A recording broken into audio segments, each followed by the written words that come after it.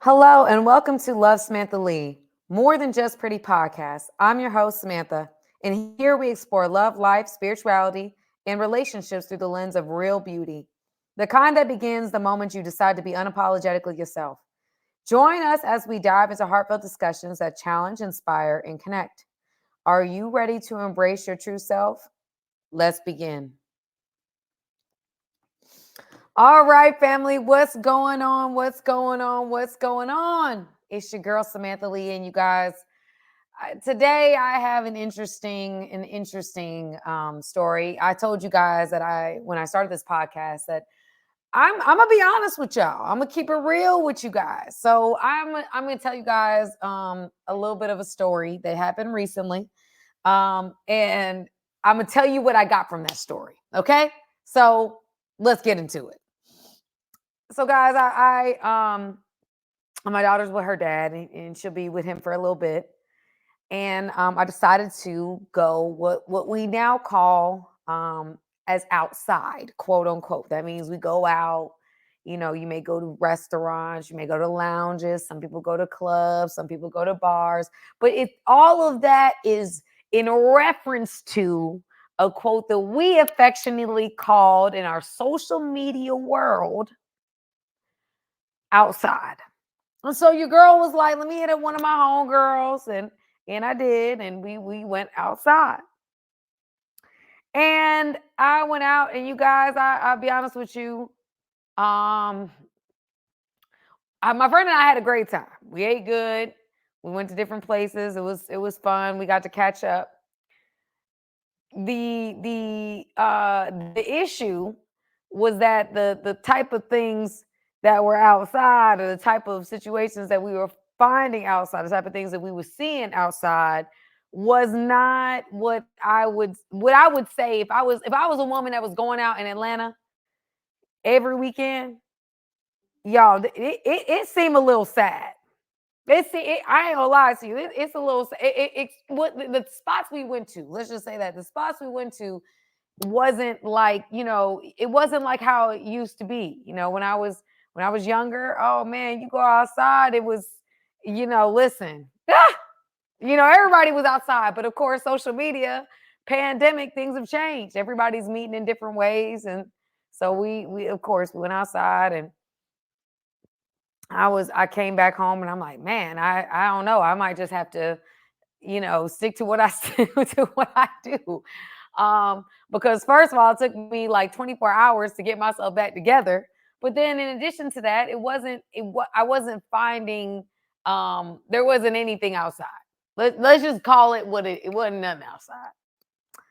And I was talking with a friend, and I was, she was expressing to me like what she was finding, and on the dating and going out, and she goes out way more than me. I'm a self-proclaimed homebody. Okay, I like to chill in my own environment. I like to be around me, and if I want some social interaction, you guys know I'll go on live and have a conversation on live. That's my social interaction. I know that's sad, but that's how I am, right? So, anywho, talking about going outside, and being at these places and things like that. And she's talking about the kind of man that she desires and what she's looking for, and she's not necessarily finding it, and she's been single for a while. And I was saying to myself, at what point do we get away from our type? At what point do we get away from our type? Now, y'all, when I was growing up in high school into college, I definitely had a type.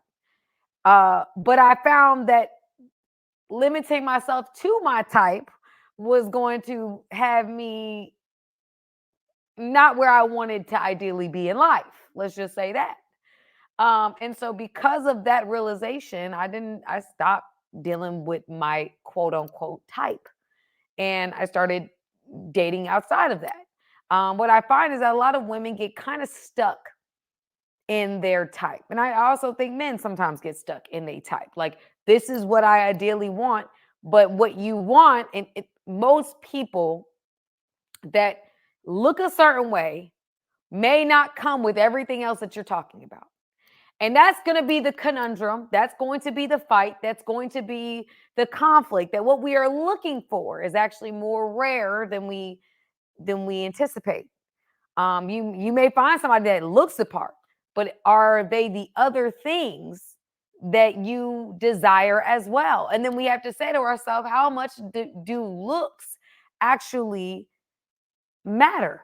Because at the end of the day, if you get guys that listen to me, if you get a good looking woman that don't have the character, don't have the the ability to intellectually stimulate you, somebody who may not have the ambition, or somebody that doesn't have some of the other qualities. Maybe she's not domestic, maybe she's not submissive, maybe she has no interest in really trying to make a relationship work, maybe she's not genuine, maybe she all these different things come with looking towards one type of looking woman, right? Because there are beautiful women. And I think that based upon the internet space, we think that beautiful, top-notch women are just more common because it's on the internet space. It's not that common. And because it's not as common, like I'm sitting here thinking, of a few women now, or I've been on the internet space for a minute. You might have a I don't know. I'm gonna give a ballpark number. They may be 500 IG models on the Instagram now. And I'm not, this is, y'all, please hear me clear. I am not coming at IG models, is not what it's about. I'm making a point. But because of those 500 profiles of women that we may all consider to be top-notch looking women, it's 500. Every time you go on your explore page, you see them, you think they are way more common than they are, but they're not. So there's a lot of, in their world and where they are, they have options, because even though it seems like there's a lot, there's not. And it's the same with men, like for women, vice versa. You think that certain top-notch men are more common than they actually are, or more accessible than they actually are, because of the social media space.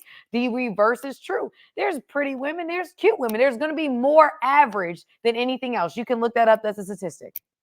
There's going to be more average than anything else. The aberrations, of the up and down, of course, with makeup and all the other things that we have going on. People can look like whatever nowadays. But when we're talking about natural, we're talking about this, that, and the third. There's only a certain percentage of the population. I think that because we are not being realistic with ourselves on both sides, I think that it keeps us isolated, because some people never settle because they feel like, oh, I'm deserving of X, Y, and Z. And they're so married to their preferences, so married to being with a guy of status, so married to being with a guy that has a certain amount of money in his accounts, married to being with a guy this tall and works out and blah, blah, like all these things, and not understanding or realizing that, okay, you being so hooked into the superficial things that man comes with is actually going to keep you from the love that you desire. Now, some people, that's their dating pool. The type of guy may be their dating pool. That's who approaches them. That there's more than one of that type of guy that's in at them, and they're dating at any given time. And okay, that's a certain percentage of women that have access to that type of guy at any given time. But most of us don't. And I feel like when I'm seeing women out here now, some women are, you listen, they understand. They understand. So they're like, okay, you know what? I just need to find me a good man. I need to find me a man that works hard, that does this, that does that. He may not have a status. He may not be this tall. He may not have this amount of money. He may not be these things, but he's a good man who's going to love me, have integrity. He has the character qualities. He's a good man. And y'all, what just popped in my head. He's a good man, Savannah. I don't know why that just popped in my head, but anyway. And instead of saying, you know what, that's a good man, and I want to be loved well. I want somebody who's going to be consistent. I want somebody who's not always, they've got a lot of, some men, we talking about top men or top women, they've got options, right? So they're not going to be as consistent as people that don't or don't have as many. Now, that doesn't mean that they're not good people or they're not good options. But until they are ready to be a legitimate option, it's going to be hard. And also with certain people, I'm just being honest on this podcast, y'all, because I was having these conversations, and I think women are asking me questions, and there's men that ask me questions, and I just was like, let me just keep it real with you. As I go outside, I see what's out here. The reality of the situation is that some of us are so into our preferences or what we see on the internet space that we think or delude ourselves into thinking that it is way more accessible or way more common than we actually think, right? It's not that common. It's not that common when to find people that have a certain level of options. It's not that common. Now, there may be a lot of women that call themselves IG models, but when you look at platforms and large platforms and super large platforms, I think there's like a breakdown of like how, the how big somebody's platform is. There's like a breakdown or whatever. And to have like well over certain amounts, let me even look up the percentage because I want you guys to have an understanding of what I'm saying. I don't want you to think I'm just blowing smoke here. But okay, we're just gonna take IG for a second. Okay. Oh, sorry guys. I'm over here trying to do this right now because I don't want you guys to think that I don't know. I'm trying to say. So the reality of it is that a lot of times we think that people, and of course it's going to be hard for me to find, but I'm going to find a percentage with more than. Okay, here we go. There we go. Okay, I found it. So here's the thing, you guys. If we're talking about platforms, we're talking about large, super large platforms. So when it comes to Instagram, they say 2%, 2.86% of users have between 100 and 500,000 Instagram followers. That means that 2%. Now y'all may be almost 3%. Now y'all may be saying, wait, it seems so much more common. It seems like everybody I know. No, it's only 3% of Instagram users. It's not that common. And to have over 500,000 is 0.34%. It's not even 1% of people have over 500,000. And then over 1 million is 0.37%. How does that work? Well, I guess it's different, whatever. 0.37%, meaning having more than 500, more than 1 million. And so y'all be saying all these IG models, this, that, and the, to get to that level of like over 100 or over 500 or over 1 million, it is literally all combined. That is less than 5% of what's on the Instagram space. It just seems more common because we see it all over. We just see it more. And so we think it's you meet women like this all day. No, you don't. You meet men like this all day. No, you don't. And y'all may be keeping yourselves single over something that really, number one, is superficial. We talking about just status. But number two, it's not that common. So if it's not that common, guess what? They have uncommon options. And if you have uncommon amount of options, it's going to be harder to settle. Right? That's just what it is. It is what it is. And I think a lot of us, because of social media, because it seems so in our face and we see it every single day and all this stuff, we think that, oh, well, I'm just going to hold out and wait on this particular person. But I want to caution you, as I was having these conversations with certain ladies, I want this guy, I want this, that. that type of guy has an uncommon amount of options. And so for you to be seen by him, and for number two, for him to be, I said A, so B, A, to be seen by him, but B, him being in a place where he is ready to actually settle down and take someone seriously, that's not common. And I love my friends, you know what I'm saying? I love them. But sometimes, because of what they see, they are keeping themselves away from what actually is.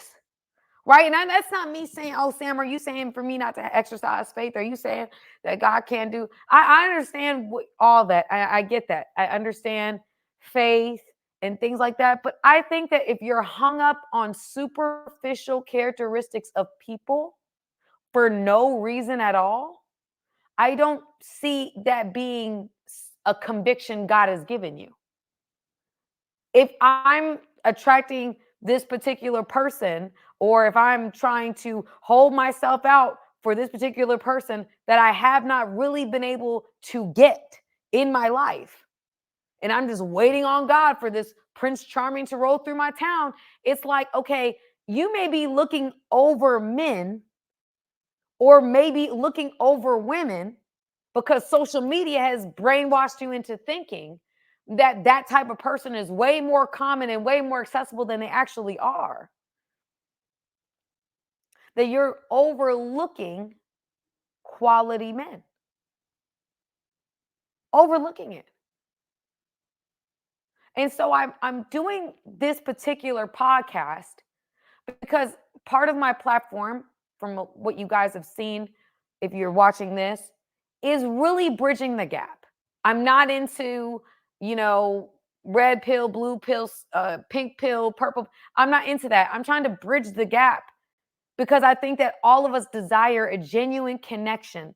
We were created with that desire, right? And so a lot of us, because of what we see on the internet, are saying, well, I need this, this, and this, and this, or I need a man that's making this amount of money, or I need this. And it's like, I get it. I get where you're coming from, but I feel that I've seen, well, no, I don't feel. I have seen marriages, relationships work with men or work with women that may not be, your ultimate preference of a human being. Right? They may not be the baddest woman moving or the finest man walking or the most successful billionaire on the planet, but they are good people that may treat you better than the man that you holding out for. So I'm putting this out there not to say don't go less than your standards, because that's not what I'm saying. But some of y'all have confused standards with preferences. Y'all, when I was nominated for 40 Under 40, thank you, Jesus, I'm nominated for 40 Under 40 with UGA. They had minimal standards. Standards is, and I'm going to define standards for you. My phone won't work fast enough, but standards, definition, right? By definition, is the level of quality or attainment. Level of quality or attainment, something used as a measure, norm, or model in comparative evaluations. What do we mean by standards? Something set up or established by an authority as a rule for the measure of quantity, weight, extent, value, or quality is a standard. So when we talk about standards, a lot of times we are looking at, oh, they got to have this kind of job, make this kind of money, they got to be this tall, they got to have this kind of hair, they got to have this, and those are, to me, not standards. Those are preferences. Standards are, yes, they have to have a job. Like when I was applying, back to what I was saying, 40 Under 40, there were certain standards I had to meet.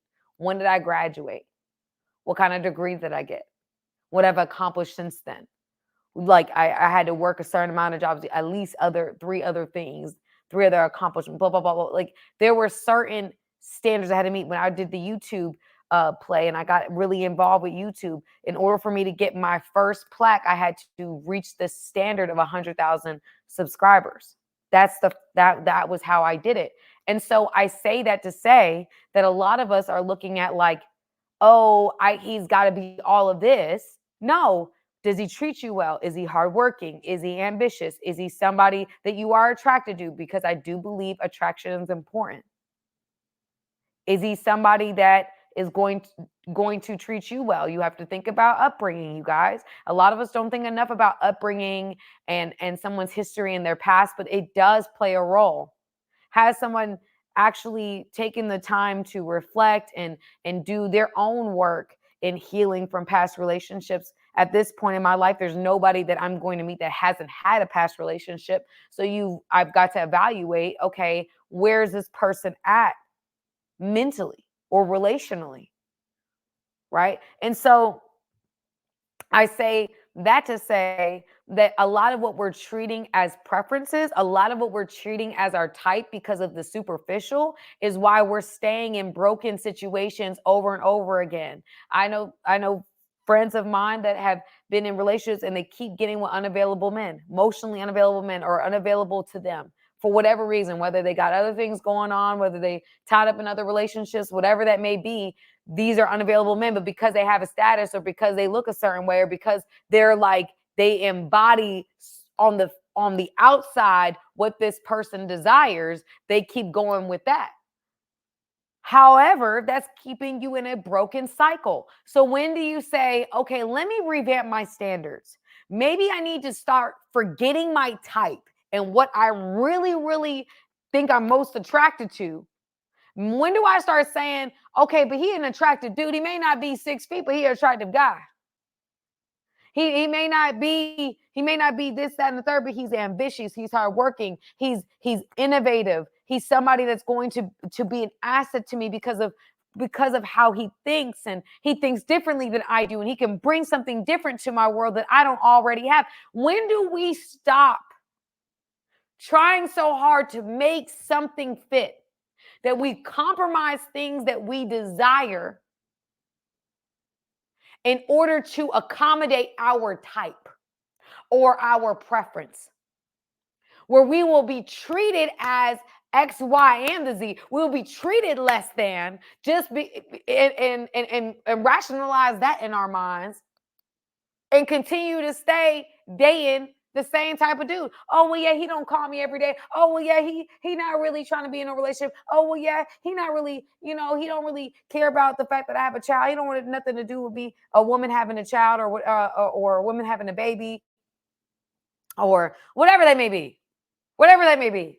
You just giving them excuses and passes because you look at that as, okay, well, that's my type. That's what I ideally want to be with. So I'm willing to compromise how I'm being treated in this particular relationship in order to accommodate what I visually, superficially on the outside see as a good fit for me. No, we have to start looking at the internal. We have to start looking at, listen, y'all, I'm going to be transparent here with you guys. I am a person that values a man who's a man of his word. If you say something gonna happen, I want to bet my bottom dollar that man's gonna show up. And there's a lot of men that I've encountered that may struggle with that for whatever reason. Okay, well, that's it. All right. Because that's a part of me that no matter how attracted I am to you, I value a man that I can trust his word.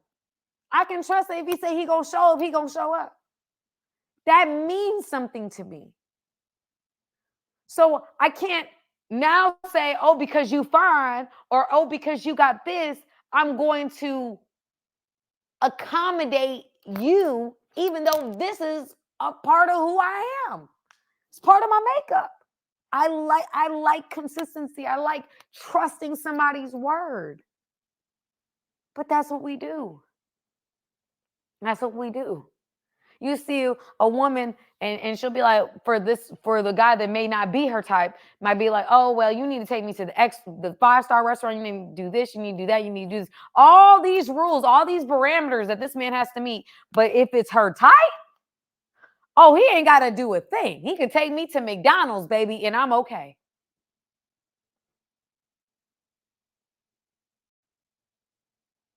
The problem is that we make allowances for our type or for our preference.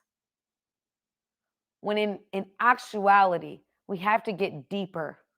We have to get deeper. We have to start understanding ourselves more. What is it about being with that type of person? What is it about that? What does that do for you? Do you attach your worth to that particular individual? Do you say, oh, I want a man with this kind of status because once I attach myself to his status, my status goes up. So you may feel that maybe internally that's going to be the thing that validates you. That's going to be the variable that's going to set you over the edge or over the top. Not understanding or maybe becoming comfortable within yourself that you already good enough. That God knew you before you even took a breath or stepped out onto this planet. And he created you divinely to do whatever you are created to do. And that's good enough. Not tying your worth to anyone, but the most secure foundation that we have, which I believe is my spirituality, my creator, the relationship I have with my God. Because he doesn't change, people change. Situations change, circumstances change, but he doesn't change. How he feels about me doesn't change. And y'all, I really want to emphasize to you guys that are out here, that are dating, that are in relationships, even people that may be in marriages and trying to figure that aspect of things out. One thing I got to say is that, there's a lot of people that want connections. A lot of people. But a lot of people aren't ready to receive a connection. And sometimes if you are somebody that is always dating emotionally unavailable people, you have to then take some time to yourself to say, there's got to be a part of me that resonates with emotional unavailability. There must be a part of me that's not emotionally available if I'm always going after emotionally unavailable people. A part of that resonates. So I think that that's where we have to start reflecting, start taking some accountability, taking an honest look at ourselves, not the version of ourselves that we want to be, not, oh, I'm bad, I'm this, I'm that, I deserve this type of guy because of blah, blah, blah. No. Okay, no, be honest with yourself. Is that realistic for you? And that's not me shooting down dreams. That's not me trying to be negative. That's not me talking out of a negative place. That's me just out of love saying, listen, maybe the one thing that you are looking for, or the things that you are looking for, it may not be wrapped up in that package. What in life ever is? What in life ever is wrapped in the package we thought it was going to be in? So I think that if we just take an honest look at ourselves, an honest look at our situation, and really say, okay, and maybe sit down with a friend that you know is going to be honest with you. Not a friend that is going to hate on you because of whatever, or a friend that's going to over love on you because of whatever. We want honest people in our corner that can be like, that's a little unrealistic, Sam. That you might be shooting for things that you don't need. You need this. You need that. Okay? That's why I want to encourage everybody, male or female, that's listening to me. A lot of us are overlooking quality people because of our preference and our type. Or our type. And that's not to say that your type or your preference is wrong. It just may not be right for you. I think the biggest thing that I've learned about my spiritual walk is that God never works according to my timeline. It never exactly looks the way I thought it would. But it's better than I could have ever imagined. And if I limited myself to what I think is best for me, I would have missed out on a lot. Maybe it's just about you trusting that whatever God sends you, we're surrendering your list, surrendering your preferences, surrendering your type, saying, okay, God, whatever it is, you know better than I do what's best for me. Maybe I'm so caught up in believing that this type of guy is what's best for me, or this type of woman's what's best for me. When a part of this is surrendering to the fact that no, my Creator knows what's best. My Creator knows what's best.